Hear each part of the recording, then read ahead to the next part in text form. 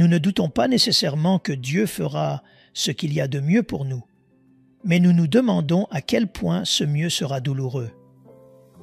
Avez-vous déjà ressenti le poids écrasant de la solitude et vous êtes-vous demandé pourquoi Dieu semble vous laisser dans l'isolement? Cela peut être incroyablement décourageant, surtout quand vous réalisez qu'il vous a placé dans cette position et comprend intimement votre souffrance. Pourtant, le travail de Dieu sur nous est comme celui d'un artiste sculptant un chef-d'œuvre ou d'un propriétaire rénovant une maison. Chaque défaut et imperfection qu'il répare, chaque changement douloureux qu'il orchestre a un but plus élevé. Ne désespérez pas, car vous êtes exactement où vous devez être en ce moment de votre vie, au cœur de son grand dessein. Restez avec nous pendant que nous explorons plus en profondeur les plans complexes de Dieu et comment il nous façonne en notre vrai moi. Si ce message résonne en vous, s'il vous plaît, likez-le et partagez vos pensées dans les commentaires. Nous les apprécions tant. Les amis et la famille vous ont peut-être quitté. Même ceux dont vous ne pensiez jamais qu'ils pourraient vous tourner le dos ont été les premiers à se retirer. Probablement que tout est arrivé si vite et a laissé un grand vide en vous. Mais prenez courage, car Dieu a créé ce vide dans votre cœur que lui seul peut combler. Dieu crie dans nos douleurs pour nous réveiller, peut-être pour nous réveiller à la réalité et nous montrer ce plan pour nous. Si la solitude est douloureuse maintenant, croyez-moi, il ne nous abandonne jamais. Peut-être que toutes ces personnes sont entrées dans votre vie juste pour vous éloigner de lui et vous ont maintenu dans l'obscurité toutes ces années. Quand la vie semble vide, monotone et difficile, c'est souvent parce que nous avons essayé de remplir nos cœurs de tout sauf de Dieu. Ce vide est destiné à être comblé par lui seul. Dieu ne peut pas nous donner un bonheur et une paix en dehors de lui-même, parce que cela n'existe pas. Il n'y a pas une telle chose. Cela fait écho à la sagesse de Matthieu 6, verset 33, qui nous exhorte à chercher d'abord le royaume de Dieu et sa justice, et toutes ces choses nous seront données par-dessus. Considérez ceci dans le silence profond de nos cœurs. Où trouvons-nous la consolation? Dieu nous parle dans ces moments de quiétude. Apocalypse 3, verset 20 l'illustre magnifiquement en disant « Voici, je me tiens à la porte et je frappe. Si quelqu'un entend ma voix et ouvre la porte, j'entrerai chez lui, je souperai avec lui et lui avec moi. Puis-je avoir un merci Jésus de votre part? Pensez à vos moments les plus profonds de solitude et d'insignifiance. Se pourrait-il que ce soit des invitations de Dieu à le laisser remplir votre vide? Le chrétien ne pense pas que Dieu nous aimera parce que nous sommes bons, mais que Dieu nous rendra bons parce qu'il nous aime. Reconnaître notre propre solitude et notre vide permet à Dieu de nous remplir de sa présence. Permettez-lui d'entrer dans votre cœur, car aucune personne, possession, profession ou position ne peut vraiment satisfaire une âme vide. Au lieu de cela, ouvrez votre cœur à lui et laissez son amour et sa grâce remplir chaque recoin de votre être. En fin de compte, c'est seulement à travers Dieu que nous trouvons le véritable accomplissement et la paix.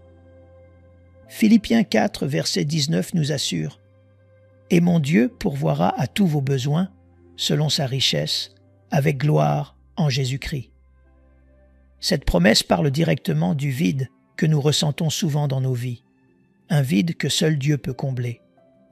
Il y a des moments où Dieu nous conduit dans des lieux solitaires, non pas pour nous isoler, mais pour nous rapprocher de lui. Dans ces moments de solitude, souvenez-vous que vous n'avez pas été oublié. Hébreux 13, verset 5 fait écho à cette assurance. « Je ne te délaisserai point, et je ne t'abandonnerai point. » Nous pouvons ignorer, mais nous ne pouvons nulle part échapper à la présence de Dieu. Le monde est bondé de lui. Il marche partout incognito. Cette vérité profonde souligne que dans notre solitude, Dieu est toujours présent, marchant à nos côtés, même lorsque nous nous sentons le plus seuls. Considérez les moments où vous avez ressenti un sentiment écrasant d'isolement. Vous êtes-vous demandé pourquoi ces moments sont autorisés dans votre vie? Ces moments sont des opportunités pour une communion plus profonde avec Dieu, semblable à Jésus se retirant pour prier dans la solitude. Nos moments de solitude peuvent être transformateurs, nous permettant d'entendre la voix de Dieu plus clairement et intimement.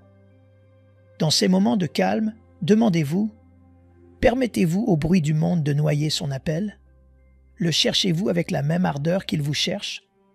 Dans nos vies bien remplies, entourées de gens et d'activités, nous pouvons encore nous sentir profondément seuls.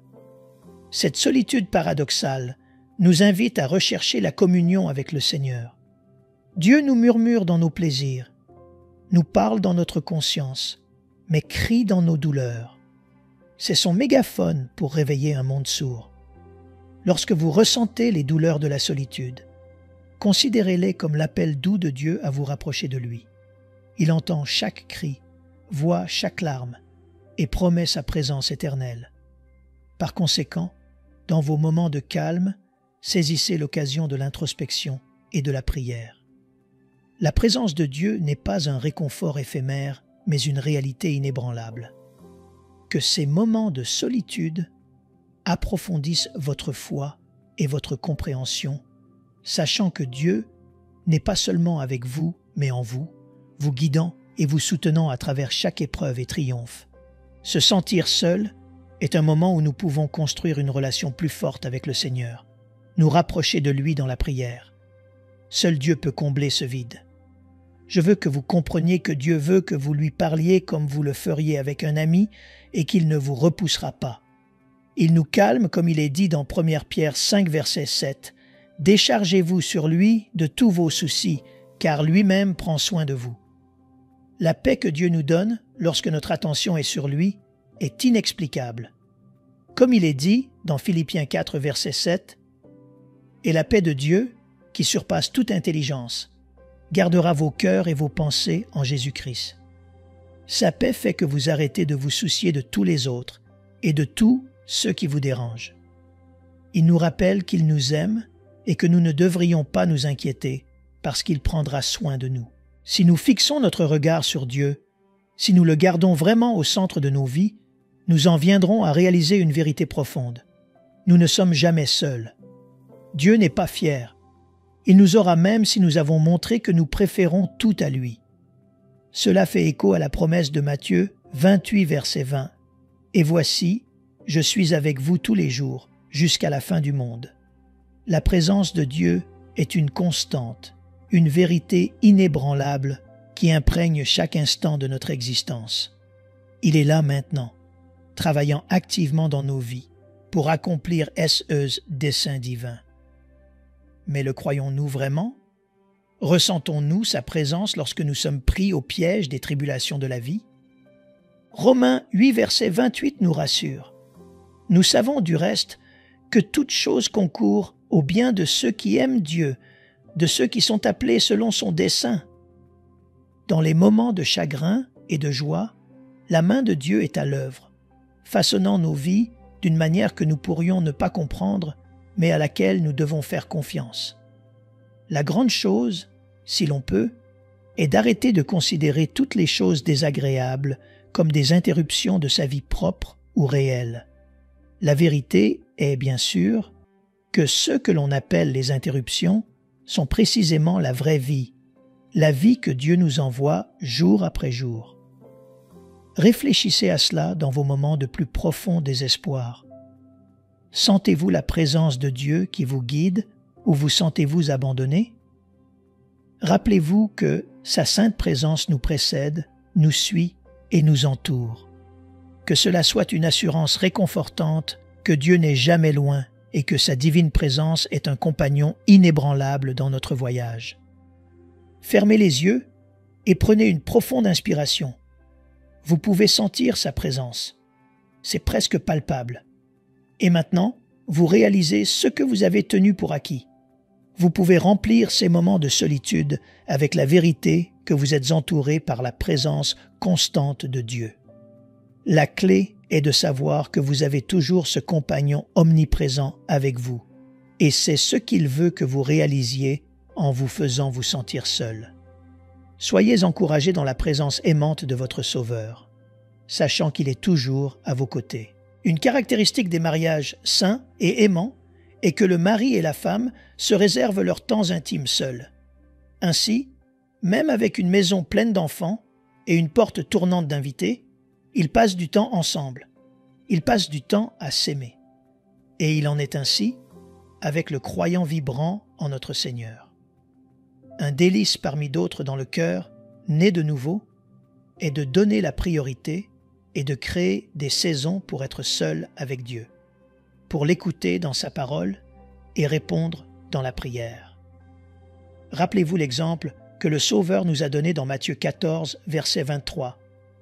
Après avoir renvoyé la foule, il monta sur la montagne pour prier à l'écart, et comme le soir était venu, il était là seul. Un jour solitaire est la façon de Dieu de dire qu'il veut passer du temps de qualité avec vous. Vous n'êtes donc jamais seul lorsque vous êtes seul avec Dieu. Du silence profond de l'univers jaillit toute création. Vos pensées se matérialisent à partir de l'abîme tranquille.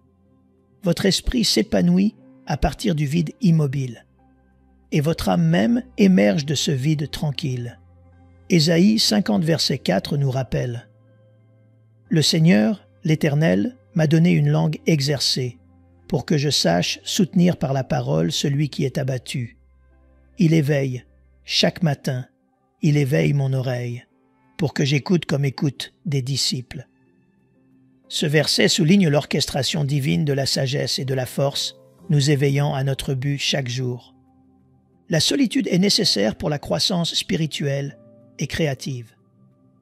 Nous vivons, en fait, dans un monde affamé de solitude, de silence, de privé, et donc affamé de méditation et de vraie amitié.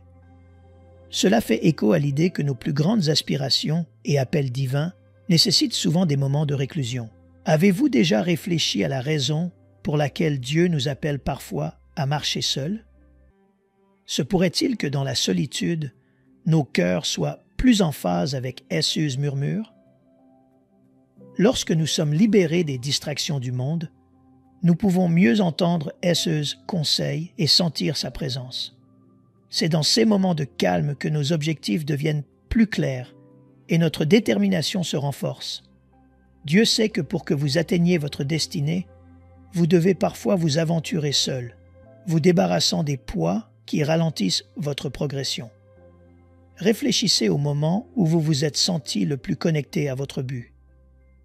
N'était-il pas souvent dans des moments de réflexion tranquille? Embrassez ces périodes de solitude comme des opportunités divines de vous rapprocher de Dieu et de vous-même, sachant qu'il est toujours avec vous, guidant votre chemin. Dieu essaie de construire en vous un sens de l'indépendance, non pas de l'indépendance vis-à-vis de lui, mais de l'indépendance vis-à-vis de l'homme. Comme il est dit dans Jérémie 17, verset 5. « Ainsi parle l'Éternel. Maudit soit l'homme qui se confie dans l'homme, qui prend la chair pour son appui et qui détourne son cœur de l'Éternel. Chaque fois que vous faites confiance à l'homme, ne voyez-vous pas que cela échoue? Chaque fois que vous avez fait confiance à cet homme, chaque fois que vous avez fait confiance à cette femme, chaque fois que vous avez fait confiance à ce garçon ou à cette fille, qu'est-ce que cela vous a apporté? Cela vous a apporté déception après déception. Cela vous a déçu. Alors, s'il vous plaît, faites confiance à Dieu, comme il est dit dans Proverbe 3, verset 5. « Confie-toi en l'Éternel de tout ton cœur et ne t'appuie pas sur ta sagesse. » C'est la raison principale pour laquelle il veut que vous soyez seul. C'est la raison principale pour laquelle les choses que vous avez essayées n'ont pas fonctionné. C'est la raison principale pour laquelle la personne en qui vous aviez confiance vous a déçu. C'est la raison principale pour laquelle tout semblait bien se passer, puis quelque chose s'est mal passé et vous vous êtes séparés. Cet homme sans lequel vous pensiez ne pas pouvoir vivre, cette femme sans laquelle vous pensiez ne pas pouvoir vivre, vous a finalement quitté. Elle vous a quitté, il vous a quitté. Ce travail que vous pensiez être votre vie, vous en avez été licencié. Eh bien, devinez quoi? Vous êtes toujours en vie. Psaume 145, verset 14 nous rassure. l'Éternel soutient tous ceux qui tombent, et il redresse tous ceux qui sont courbés. En y réfléchissant, considérez la possibilité que si Dieu désire la solitude pour vous, il puisse être en train de nourrir quelque chose de profond en vous. Nous devons déposer devant lui ce qui est en nous, pas ce qui devrait y être. De telles périodes de solitude, bien que difficiles, peuvent devenir transformatrices. Ce sont les moments pour une profonde introspection, reflétant les propres pratiques de Jésus. Luc 5, verset 16 déclare « Et lui, il se retirait dans les déserts et priait. » Ces moments de quiétude permettaient à Jésus de communier profondément avec Dieu, démontrant la valeur de la réflexion solitaire. Quand les gens sortent de votre vie, ce n'est peut-être pas le reflet d'un acte répréhensible de votre part. C'est peut-être la façon dont Dieu vous guide vers un isolement nécessaire. Dieu nous murmure dans nos plaisirs, nous parle dans notre conscience, mais crie dans nos douleurs. C'est son mégaphone pour réveiller un monde sourd. Ce retrait peut signifier la tentative de Dieu de vous séparer pour un but divin, une préparation à quelque chose de plus grand. 2 Corinthiens 6, verset 10-7 nous instruit. C'est pourquoi, sortez du milieu d'eux, et séparez-vous, dit le Seigneur. Ne touchez pas à ce qui est impur, et je vous accueillerai. Cet appel à la séparation peut ressembler à un rejet ou à de la solitude, mais c'est une stratégie divine pour votre croissance et votre distinction. Bien qu'être mis à part puisse conduire à des moments où l'on se sent méprisé, rappelez-vous Jacques 4, verset 10. « Humiliez-vous devant le Seigneur, et il vous élèvera. Dieu vous façonne pour l'honneur. Demandez-vous, qu'est-ce que Dieu essaie de m'enseigner dans cette solitude? Comment cette période d'isolement peut-elle me rapprocher de lui? » Embrassez ce temps comme une opportunité sacrée de raffinement spirituel, faisant confiance au plan de Dieu pour vous qui implique à la fois une séparation temporaire et une exaltation éventuelle. De quelle manière pouvons-nous embrasser ces moments de calme comme des invitations divines à nous rapprocher de Dieu? Comment le fait de naviguer dans nos propres luttes avec la foi et la solitude peut-elle nous inspirer à trouver la paix dans la présence inébranlable de Dieu? Maintenant, tournons-nous vers la prière, invitant Dieu à écouter nos cœurs et à nous guider à travers ce voyage de solitude et de découverte de soi. Seigneur Dieu, en ce moment de solitude, je me tourne vers toi dans la prière et je sais que tu nous murmures dans nos plaisirs, nous parles dans notre conscience, mais cries dans nos douleurs. Je reconnais que tu m'as placé précisément là où je dois être à ce stade de ma vie. Ce vide dans mon cœur, un vide qu'aucune compagnie terrestre ne peut combler, m'appelle vers ta divine présence. Combien de fois, dans nos moments d'isolement, oublions-nous que ton amour est inébranlable, constant et toujours présent? Quand les amis et la famille se retirent, il est facile de se sentir abandonné. Pourtant, j'ai confiance en ta compagnie constante. Donne-moi la force de discerner ta main directrice, surtout dans les moments d'obscurité et d'incertitude. Je compte sur toi pour recommencer tous les jours, comme si rien n'avait encore été fait, me rappelant l'engagement quotidien à te chercher dans la prière et à sentir ta présence réconfortante. Aide-moi à ne pas dépendre des relations humaines pour mon épanouissement, mais à placer ma confiance inébranlable en toi, sachant que toi seul es infaillible. Seigneur, remplis le vide de mon cœur avec ta paix, ton amour et ta joie. Puissais-je trouver la consolation et le plaisir dans ta présence, et puisse ton amour inébranlable être mon réconfort constant. Aide-moi à percevoir ces moments de solitude comme des opportunités en or d'approfondir ma relation avec toi et de fortifier ma foi. Merci Seigneur pour ta présence sans fin, pour ne jamais m'avoir abandonné et pour être avec moi, même quand je me sens complètement seul. Puissais-je sentir ta présence dans chaque battement de cœur et me rappeler continuellement que tu es avec moi jusqu'à la fin des temps. Au nom de Jésus, je prie. Amen. Nous aimerions vous donner l'opportunité de faire de Jésus le Seigneur de votre vie. Voulez-vous bien prier avec moi? Dites: Seigneur Jésus, je me repens de mes péchés. Viens dans mon cœur. Je fais de toi mon Seigneur et Sauveur. Et merci Seigneur pour le baptême du Saint-Esprit en moi. Dans le nom de Jésus. Par cette simple prière, nous croyons que le Saint-Esprit vous conduit sur le chemin de la nouvelle naissance.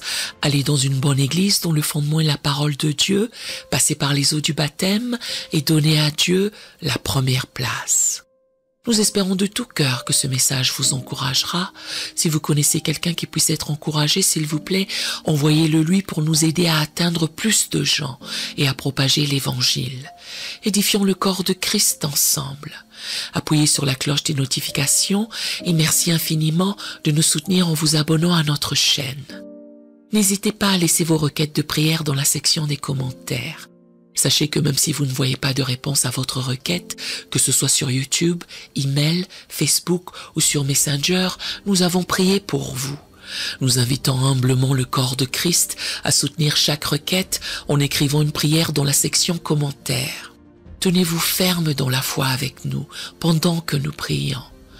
Que la grâce et la paix du Seigneur Jésus-Christ soient avec vous tous et qu'il vous bénisse merveilleusement.